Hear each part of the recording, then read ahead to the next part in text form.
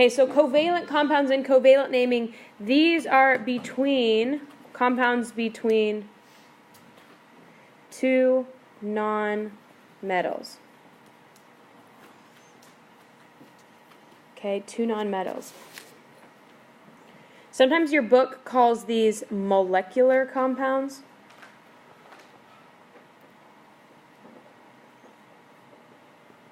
Okay, but you'll always hear me use the word covalent. Okay, but in case you're looking in your book or whatever, sometimes you'll see them called molecular compounds.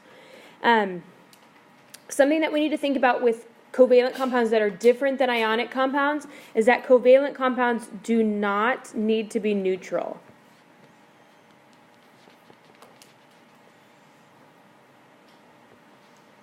In fact, we're really not concerned with their charges at all, because if we're putting two nonmetals together, that means we're pairing a negative charge with a negative charge, so there's no way it could be neutral.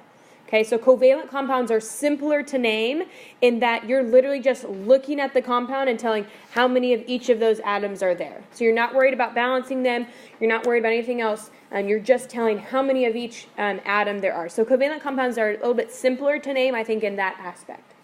So if you want to turn to your book on page 228, there's a table of prefixes that I need you to copy down, because naming with covalent compounds includes prefixes, okay, like di, mono, tri, all these types of things. Okay, there's prefixes that you need to copy down.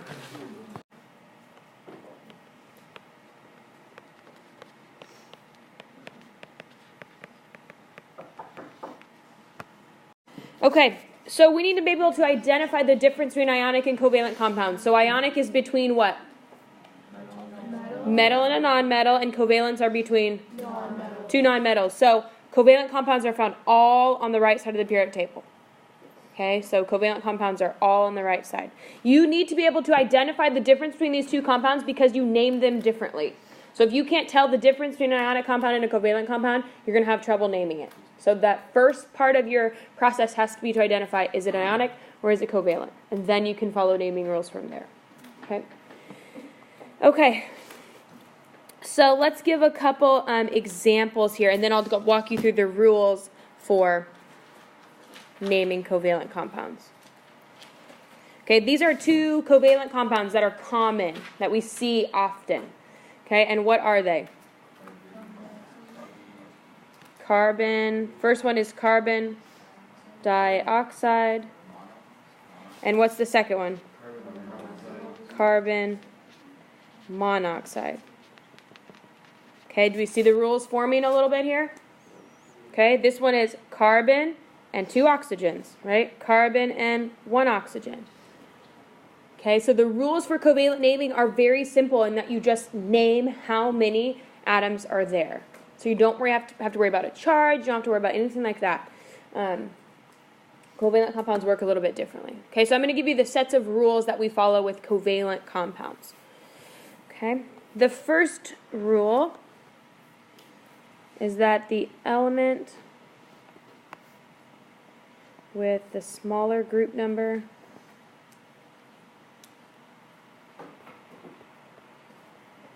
goes first. So that means we work left to right. Okay, just like in our ionic compounds too, we worked left to right on the periodic table. That's going to be the same here.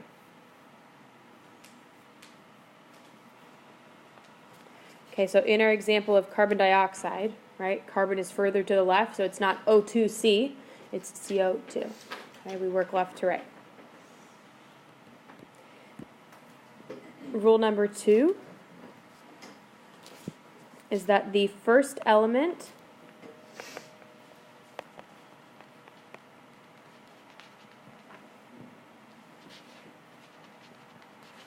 only gets a prefix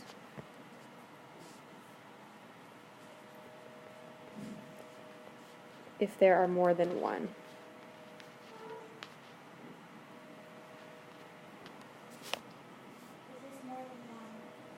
Of that element. Okay, so if we look back again at our carbon dioxide example, okay, and even our carbon monoxide example, we don't say monocarbon dioxide, right, or monocarbon monoxide. Okay, so the first element only gets a a prefix if there's more than one. Okay, if there's a single of the first element, it just stays as its own name. Okay, so rule 3, the second element.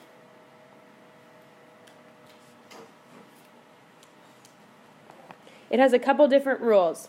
Okay, and this is the format for the second element. It goes, there's a prefix always, then the root of the element, and then it ends in I, D, E.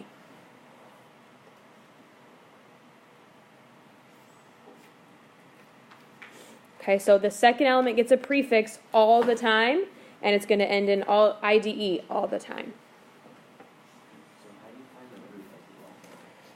Like it would be the name of it itself. So zinc is a metal, so it wouldn't be in this. So that's not a nonmetal. Okay, that's like a metalloid.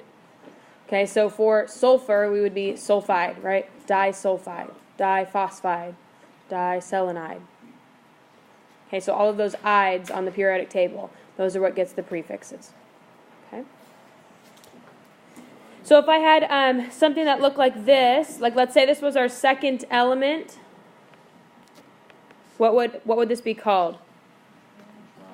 Trioxide. Right, here's the prefix, here's the root, there's the IDE. Okay, does that make sense so far? So first element only gets a prefix if there's more than one. Second element gets a prefix every time, and it ends in IDE.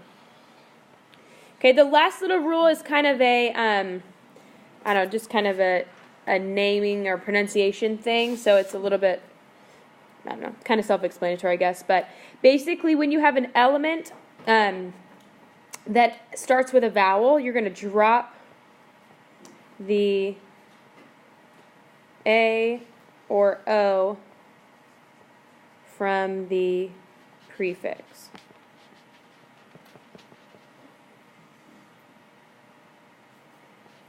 And that's when the element begins with a vowel.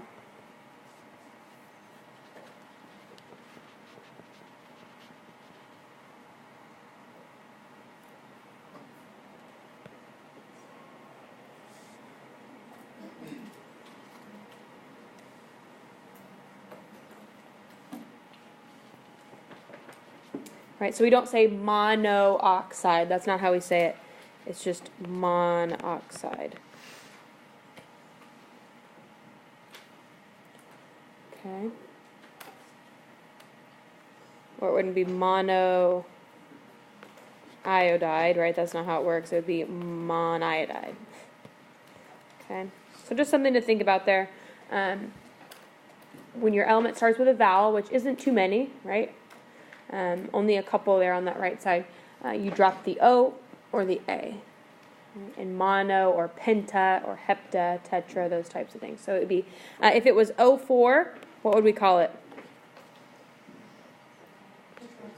Good, tetroxide. Tetroxide. Okay? What would you do for like iodine? So you would be monoiodide. But for like triiodide, you have to say it twice. Triiodide. Yeah, it's weird. So only the A or the O gets dropped. So it would be like pentiodide or heptiodide, something like that. So the I always gets to stay, but the A or O can change. Okay, let's try a few here. These are going to be all covalents.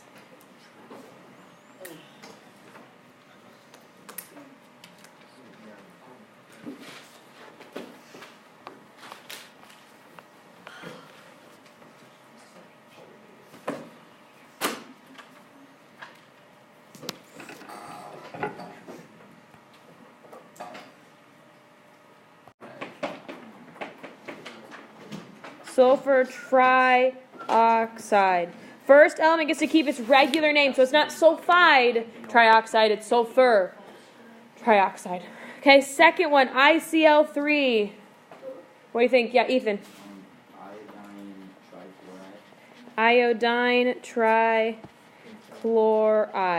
Perfect. Perfect. Okay, last one. Yeah, Logan? Phosphorus, pentabromide. Perfect.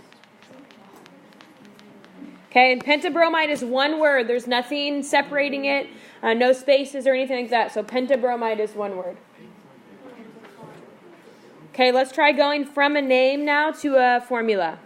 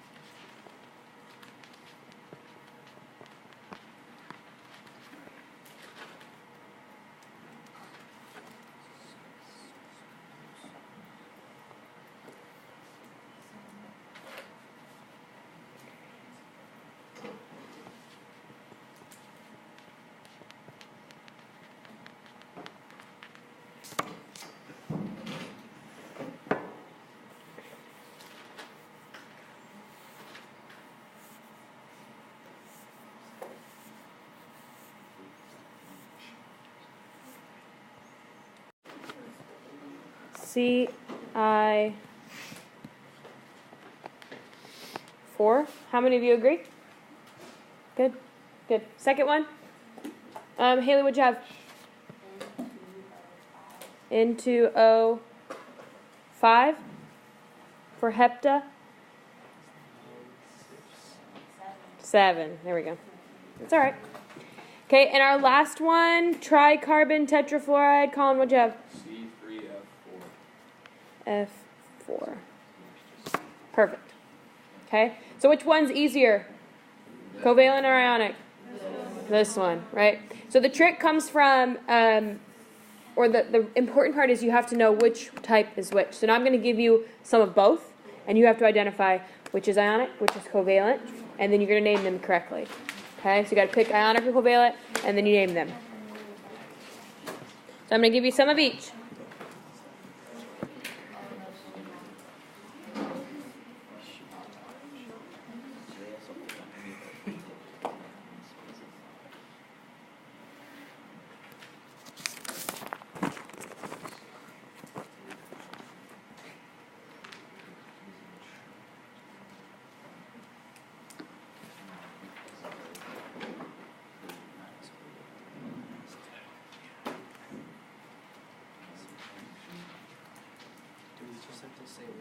Now you got to give me, you have to tell me the correct name.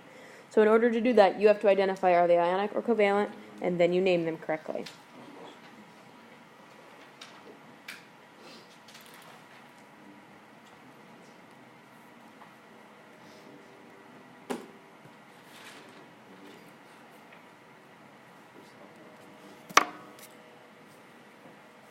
Okay, so your goal is to correctly name all of those compounds.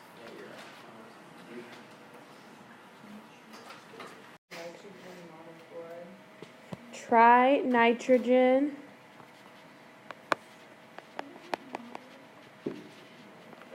monochloride. Raise your hand if you agree. Yeah, that's what we should have had. Good. Trinitrogen monochloride. So the second one has to have a prefix no matter what. Ends in IDE. Good. Second one, ionic or covalent?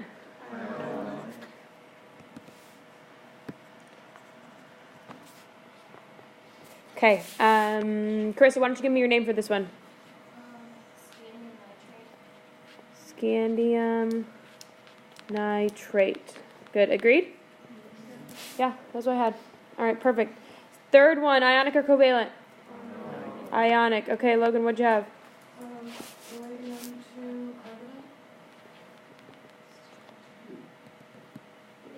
Palladium 2 carbonate. Yep, good. Have to have that Roman numeral. Okay, because palladium can have a 2 or a 4. Very good. Last one, ionic or covalent? Covalent. Okay. Andrew, why don't you tell me what you had? Diarsenic tetrafluoride.